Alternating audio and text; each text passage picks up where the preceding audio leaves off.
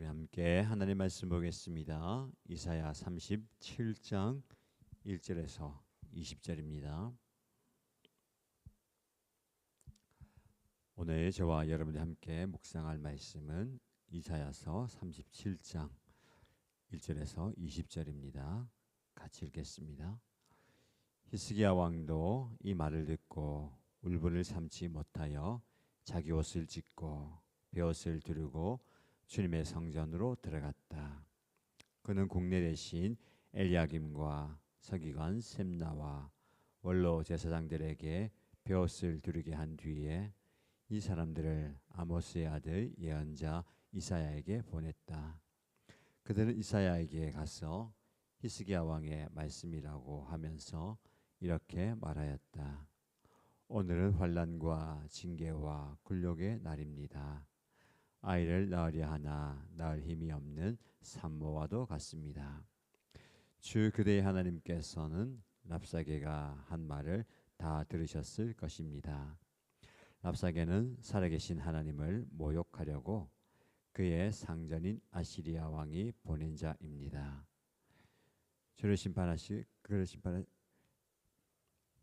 주 그대의 하나님께서 그가 하는 말을 들으셨으니 그를 심판하실 것입니다.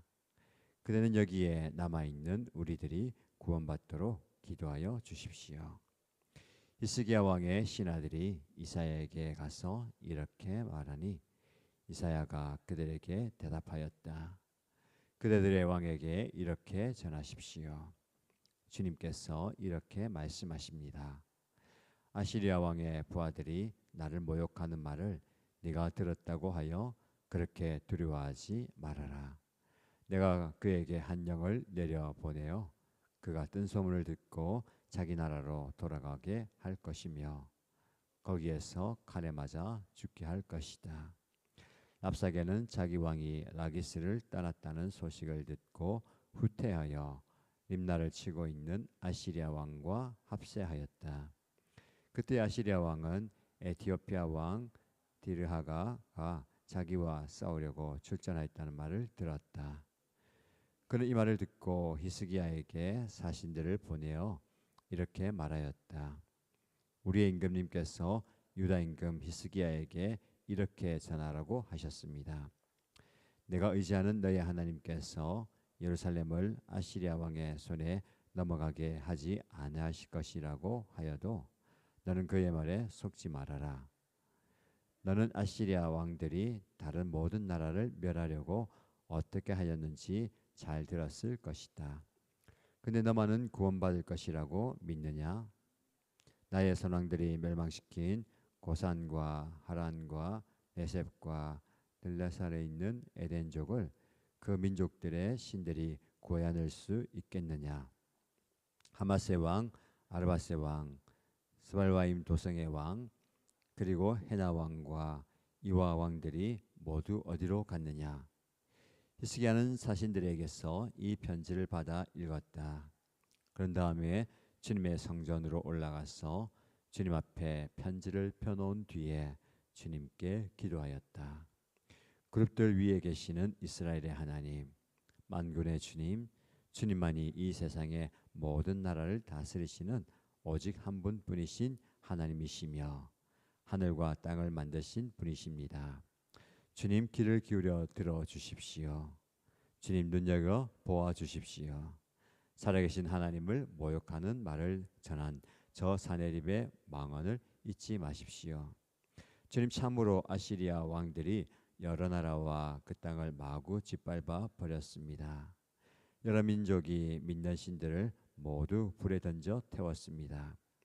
그러나 그들은 참 신들이 아니라 나무와 돌로 만든 것들이기에 아시리아 왕들에게 멸망당할 수밖에 없었습니다마는 주 우리의 하나님 이제 그의 손에서 우리를 구원하여 주셔서 세상의 모든 나라가 오직 주님만이 홀로 주 하나님이심을 알게 하여 주십시오. 아멘. 오늘도 하나님의 말씀의 은혜를 사모하면서 하나님의 말씀의 자리, 은혜의 자리에 나오신 여러분들에게 하나님께서 귀한 말씀을 주십니다. 오늘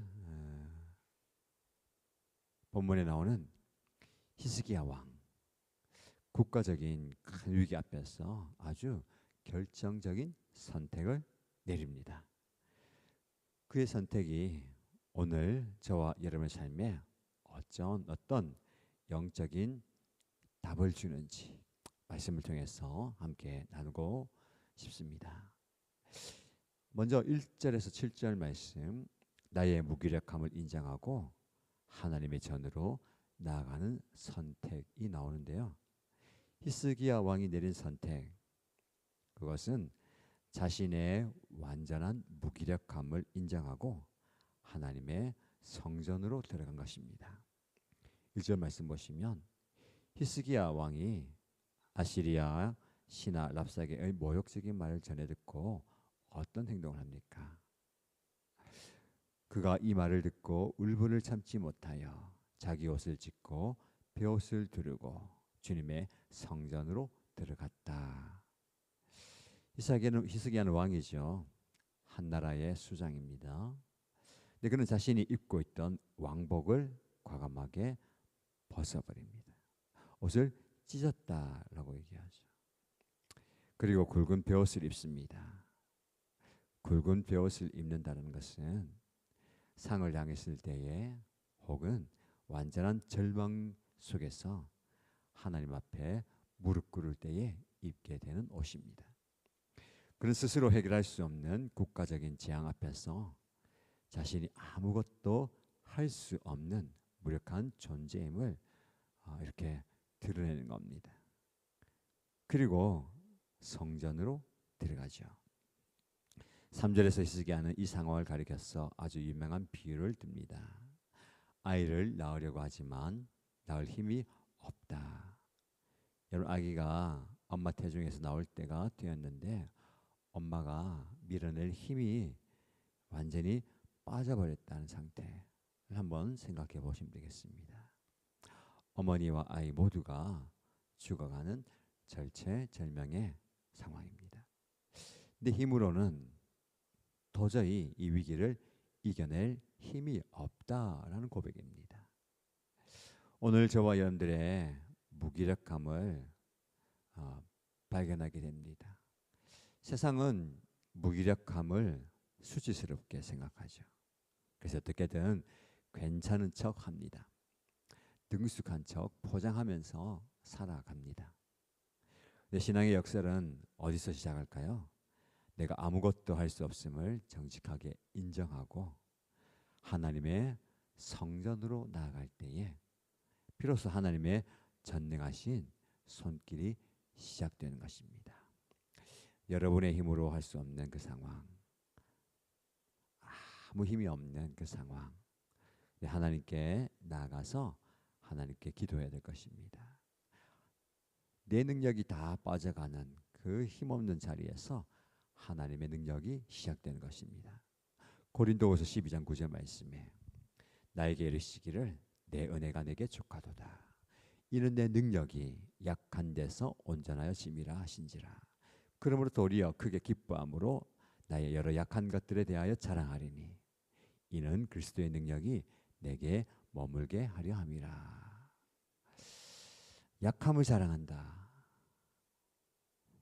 이 역설적인 인생이죠. 세상은 약한 것이 부끄럽다 얘기하고 강한 것을 자랑하지만 우리가 약해질 때에 그리스도의 능력이 나타나게 됨을 믿습니다. 여러분의 힘과 여러분의 지혜로 해결할 수 없는 절망적인 문제 앞에서 여전히 여러분의 능력을 의지하면서 괜찮은 척 포장하고 있지는 않습니까? 오늘 하루 여러분이 안고 있는 가장 큰 고민거리 한 가지를 주님 앞에 올려드리면서 주님, 제 힘으로는 이 문제를 해결할 수 없습니다. 하나님께서 능력을 베풀어 주십시오 라고 기도하시기를 바랍니다. 이어지는 8절에서 14절 말씀 보면 위기의 편지를 하나님 앞에 펼쳐놓는 기도의 선택이 나옵니다. 히스기야는 아스르 왕 사네립이 보낸 두 번째 협박 편지를 받아듭니다. 그때 그 편지를 들고 또 하나님의 성전에 올라가서 하나님 앞에 그것을 펼쳐 놓는 기도를 선택합니다. 14절 말씀인데요. 히스기야는 사신들에게서 이 편지를 받아 읽었다. 그런 다음에 주님의 성전으로 올라가서 주님 앞에 편지를 펴놓은 뒤에 주님께 기도하였다. 펼쳐 놓았다. 여러분, 말아 쥐고 있는 양피지를 넓게 펼쳐서 보여준다는 겁니다.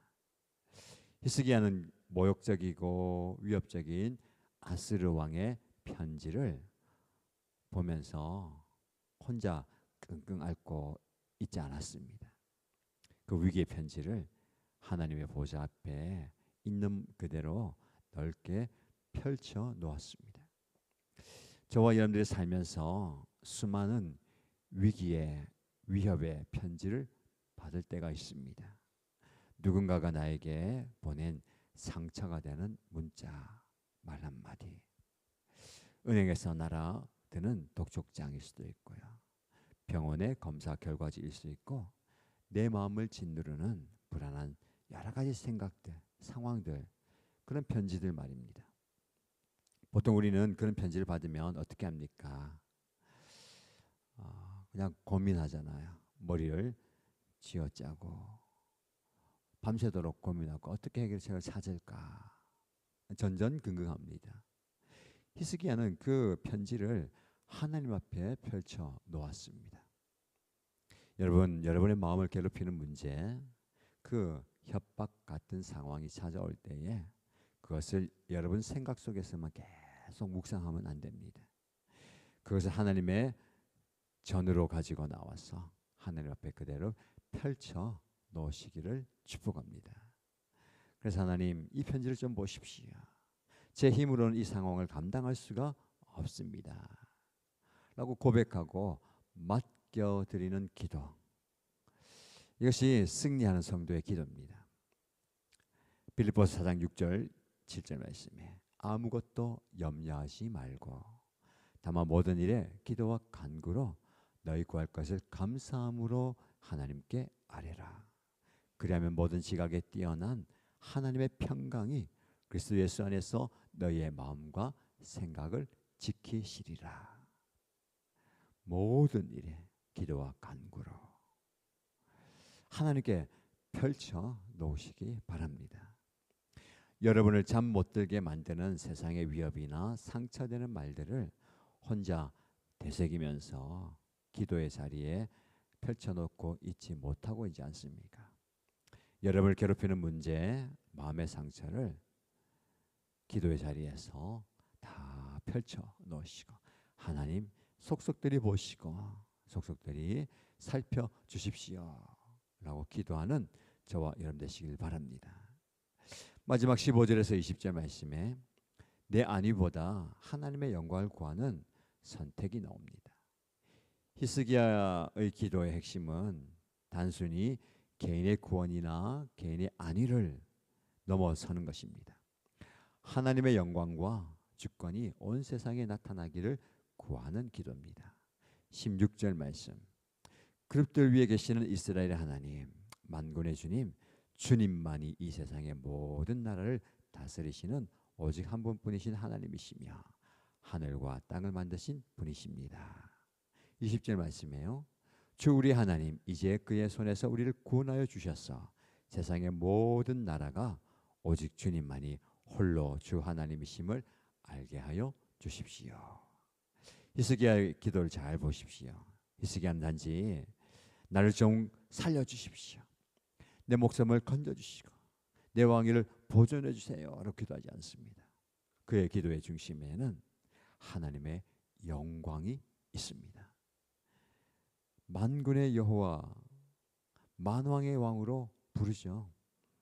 그리고 이 모든 구원의 역사를 통해서 모든 열방이 하나님이 온 우주의 진짜 하나님이신 것을 알게 하소서 라는 것을 깨닫도록 기도하고 있습니다. 저와 여러분이 드리는 기도의 목적이 무엇입니까? 혹시 여러분의 문제 해결, 여러분의 사업의 성공, 여러분 자녀의 출세라는 내 영광에 머물러 있지 않습니까? 내 고난의 현장이 하나님이 살아계심을 증거하는, 드러내는 영광의 현장이 되시길 축복합니다. 하나님은 여러분의 그 기도를 결코 외면하지 않으시고 초자연적인 하나님의 권능으로 응답해 주실 것입니다. 마태복음 6장 33절 말씀. 그런즉 너희는 먼저 그의 나라와 그의 의를 구하라. 그리하면 이 모든 것을 너희에게 더하시리라. 하나님의 나라, 하나님의 의, 하나님의 영광을 구하는 기도를 드릴 때에 모든 것을 너희에게 더하여 주신다라고 말씀합니다.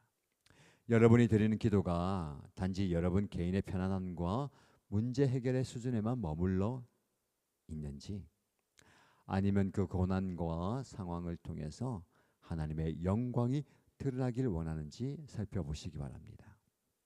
기도의 첫머리에 내 요구사항을 먼저 이야기하기 전에 하나님, 이 상황을 통해서 하나님의 이름이 높임 받으소서, 하나님 영광 받으소서 라고 기도하는 저와 여러분 되시기를 주님의 이름으로 축복합니다.